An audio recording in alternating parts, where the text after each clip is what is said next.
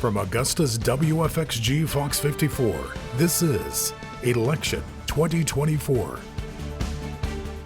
After the greatest political comeback in American history, we're going to lead the greatest economic comeback in American history under Donald Trump's leadership.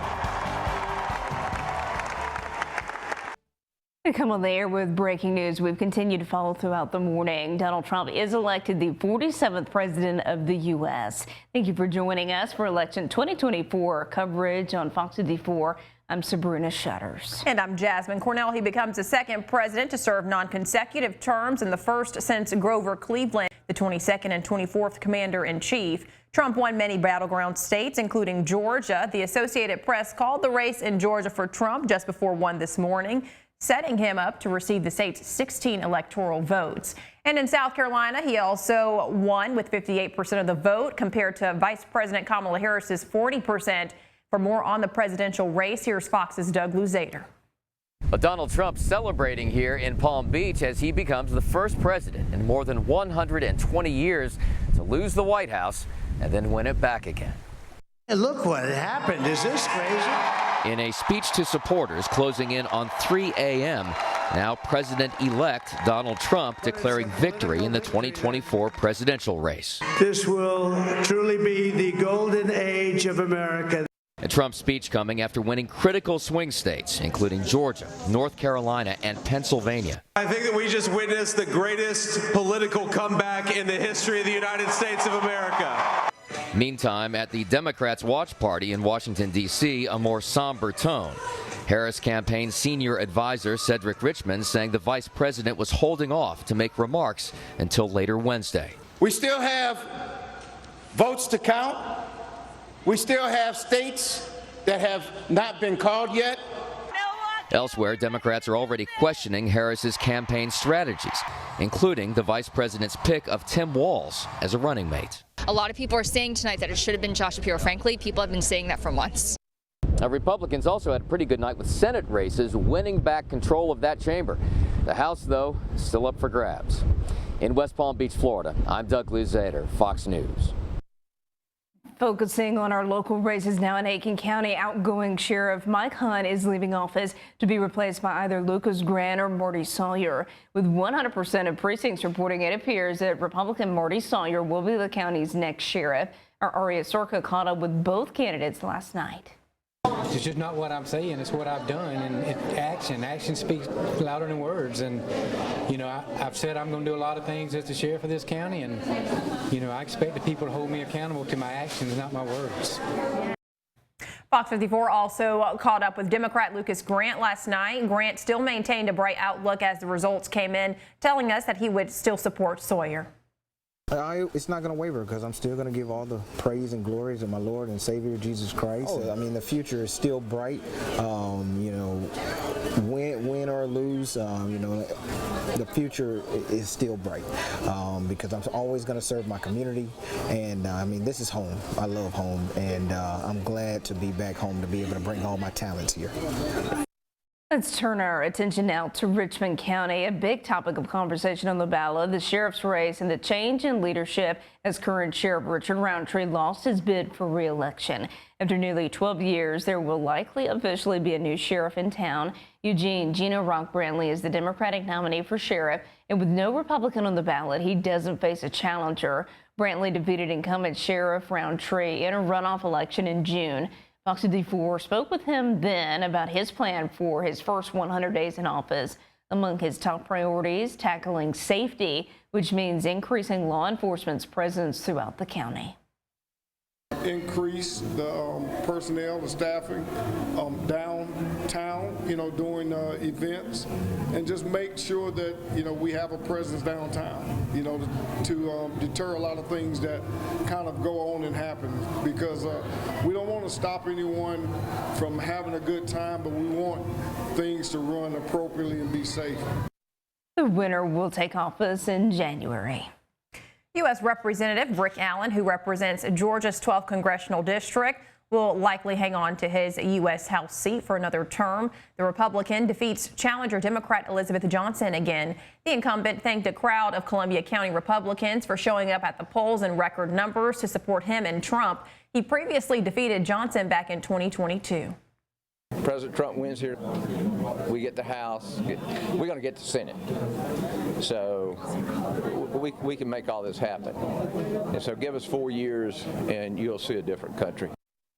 Here's a look at those results now. Congressman Allen will hang on to his seat in the House of Representatives with 60% of the vote compared to Democrat Elizabeth Johnson's 40%. And things are busy here in the news department, but things are even more busy over in the weather department with Alex. Alex, what you been tracking? Yeah, a lot of rainfall. That's what's going to be moving in this afternoon, and that's why we have a weather alert day. It starts this afternoon. It runs through Thursday afternoon. Okay, well, I'm feeling a post-election nap coming. Yeah, definitely good weather, good napping weather. It's about as good as it gets for it. You're going to hear a lot of rain. That's going to be some good sleeping weather. If you're wanting to get out on the roads, I should say, flash flooding, that's going to be a possibility. That's what we're tracking the most of. So let's go over the impacts and kind of what we're expecting. I think we're going to see anywhere from 2 to 6 inches of rain. That's going to be the expected totals, but it's not out of the question that we get some higher amounts closer to 8. So that's something we'll closely monitor. Same could be said with the saturated soils. If the ground gets so saturated that we get up to 8 to 10 inches of rain, that could lead to a few downed trees, especially the ones that are already leaning over after Helene moved through. It's warm, it's muggy. We've got all that Gulf moisture, and south wind's going to continue to be responsible for what is some patchy dense fog through at least the next couple of hours.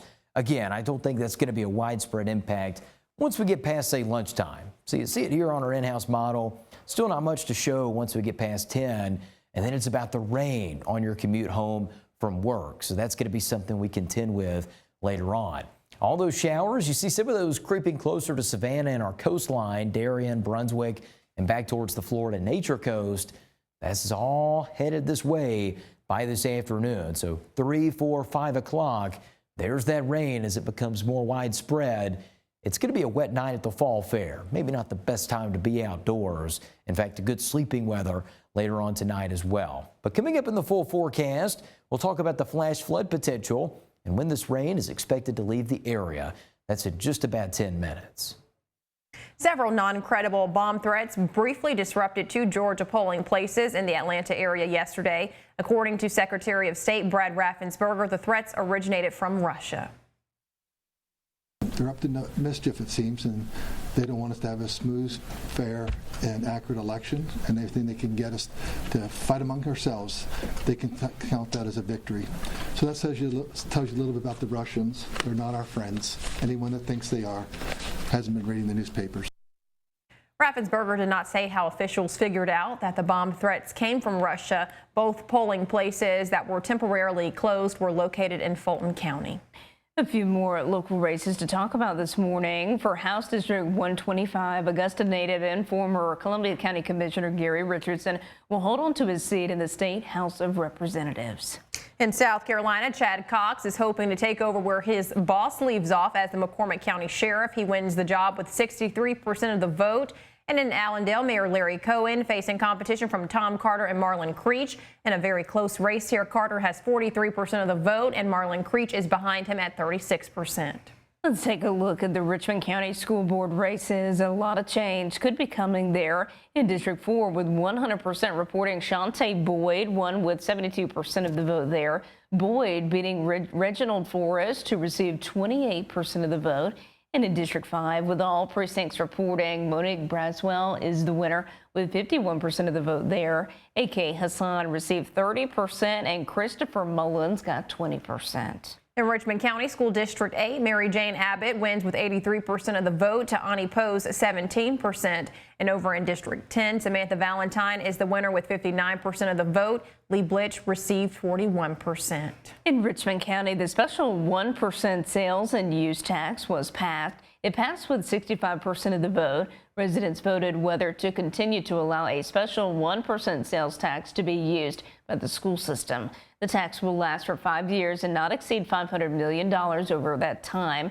The money will go towards building new schools, renovating existing ones, and getting new technology and vehicles to help with the safety, security, and maintenance of schools. We spoke with a Richmond County voter who says the school system needs this money. It's a good idea.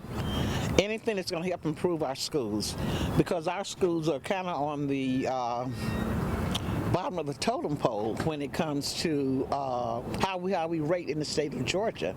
Richmond County school system is not what it's supposed to be and not what it should be. So yeah, we need that. And overall, the school system says they need the money. They say it will be spent responsibly. There will be a shakeup in Congress come January. We'll have more on the change in leadership at the Capitol up next. Plus more results from state, local, and national races and new constitutional amendments in Georgia coming your way after the break. All the showers well to our south for now, but that's going to be changing once we get to this afternoon. So coming up in the full forecast, it's another wet stretch. We'll let you know what to expect and the flash flood potential. That's after the break.